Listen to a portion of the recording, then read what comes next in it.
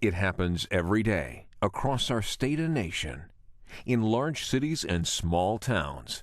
It happens when you least expect it. We're talking about financial institution robberies. You've seen the headlines. Financial institution robberies are increasing at an alarming rate as emboldened and desperate criminals look for quick cash and a clean getaway.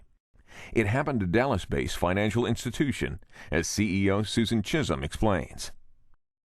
The robbery occurred right before closing time, which is a very vulnerable time in financial institutions. The teller was actually about to close out for the day, and the gentleman came in just at the last moment before the door was locked. Just how common are financial institution robberies? With few exceptions, the number of robberies has climbed steadily each year for the last 6 decades. The trends are alarming, but will they continue? In the opinion of former bank robber Troy Evans, yes. In 1992, I was convicted of 5 armed bank robberies over a 6-month crime spree when I was 28 years old and was sentenced to 7.5 years in federal prison. Today, what I'm looking to do is help you, quote, robber-proof your institutions through the sharing of my experiences and my knowledge and having interviewed over 300 convicted robbers. First and foremost, I don't think I'm telling anybody who's watching this tape today anything they don't already know when I tell you that robbery is not as Hollywood portrays it. There's nothing glamorous about it. The people who are committing these crimes are strung out on drugs, they have a gambling debt to pay, they have a house that's about to be foreclosed on.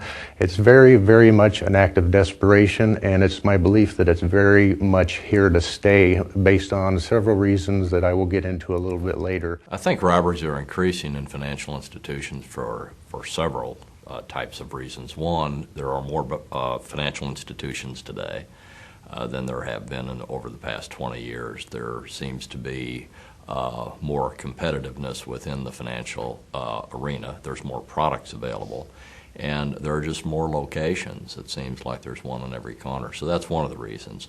Another is the basic problem of a lot of the people that attempt to rob banks is they think it's easy. So they need the money, or they think they need the money, and that's where the money is. They've always been told that, and contrary to a lot of beliefs, it's not where all the money is, but when you compare the risk with the reward. What's taking place is people are going into our prison systems and are becoming educated as far as policies when it comes to financial institutions, and they're being released with the knowledge that financial institutions and their employees are trained to do pretty much what the robber tells them to do as far as handing over the money. Obviously, that's a great policy. You want to get them in and out. You don't want anybody harmed. This training video is designed to help your financial institution, its managers, and employees learn how to reduce your risk of being robbed, how to respond in the event of a robbery, and what to do after a robbery to aid law enforcement in the apprehension of the criminal and hopefully recover what was taken. Though this video provides a number of ideas for your consideration, every financial institution must establish its own policies and procedures based on its unique structural, operational, and financial realities.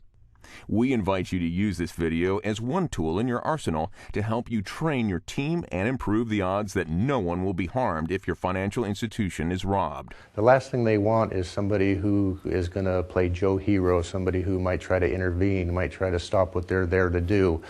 And I've been my belief in my personal dealings and also in interviewing these 300 individuals that if there's any kind of male presence, whether it's a teller, whether it's a loan officer, whether it's somebody who comes in line behind them, that male presence alone can keep them from choosing your individual institution. You may find helpful language and ideas and the sample procedures included in the resource section of this disc.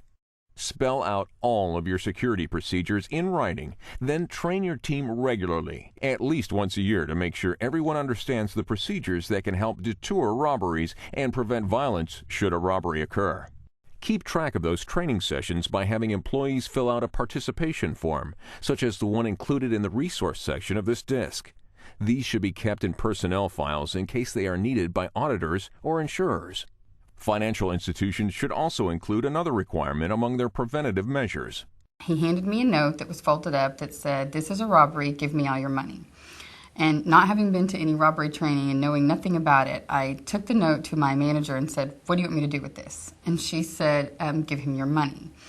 So at that point, I go back over to my station. I start counting out all the money. The man gets irritated that I'm taking too long because I'm still thinking to myself, this has got to be a joke. I'm not getting robbed. So I'm taking the money out a little too slow. He takes his gun out and he said, "You better hurry or I will shoot you." Bank robbers have a plan, and it's a very simple plan. They want to come in and get the money and get out as fast as they can. From a financial institution standpoint, they should cooperate with that person. Their objective is to stay safe, and the way you do that is cooperate with the bank robber, give them what they want or demand, and get them out of the bank. That way you can maintain a safe environment. Your financial institution has just been robbed.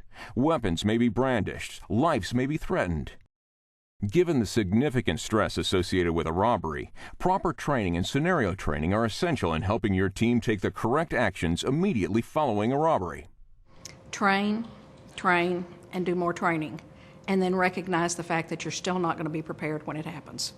It is a tremendous violation of the person who's approached and of the institution.